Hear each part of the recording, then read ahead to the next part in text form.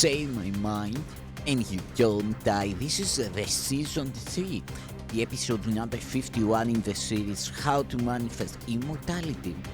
And this is the workbook lesson number 16. And the idea we are gonna practice today is I have no neutral thoughts. I have no neutral thoughts. The idea for today is a beginning step in dispelling the belief that your thoughts have no effect. Everything you see is the result of your thoughts. There is no exception to this fact. Thoughts are not big or little, powerful or weak. They are merely true or false. Those that are true create their own likeness. Those that are false make theirs. There is no more self-contradictory concept than that of idle thoughts. What gives rise to a perception of a whole world can hardly be called idle. Every thought you have contributes to truth or to illusion. Either it extends the truth or it multiplies illusions. You can indeed multiply nothing, but you will not extend it by doing so.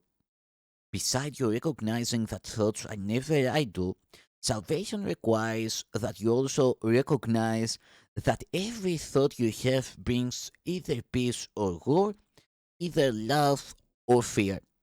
A neutral result is impossible because a neutral thought is impossible.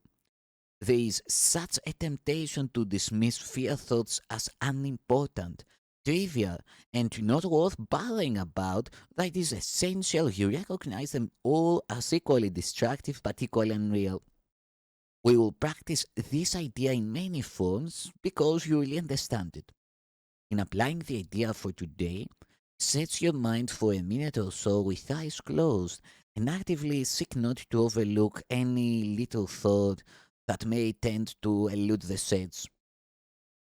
This is quite difficult until you get used to it. You will find that it is still hard for you not to make artificial distinctions. Every thought that occurs to you, regardless of the qualities that you assign to it, is a suitable subject for applying today's idea. In the practice periods, first repeat the idea to yourself, and then, as each one crosses your mind, hold it in awareness while you tell yourself, this thought about is not a neutral thought. That thought about is not a neutral thought. As usual, use today's idea whenever you are aware of a particular thought that arouses uneasiness. The following form is suggested for this purpose. This form. This thought about is not a neutral thought because I have no neutral thoughts. 4 or 5 practice periods are recommended if you find them relatively effortless. If strain is experienced, 3 will be enough. The length of the exercise period should also be reduced if there is discomfort. Thank you, Jean-Claude.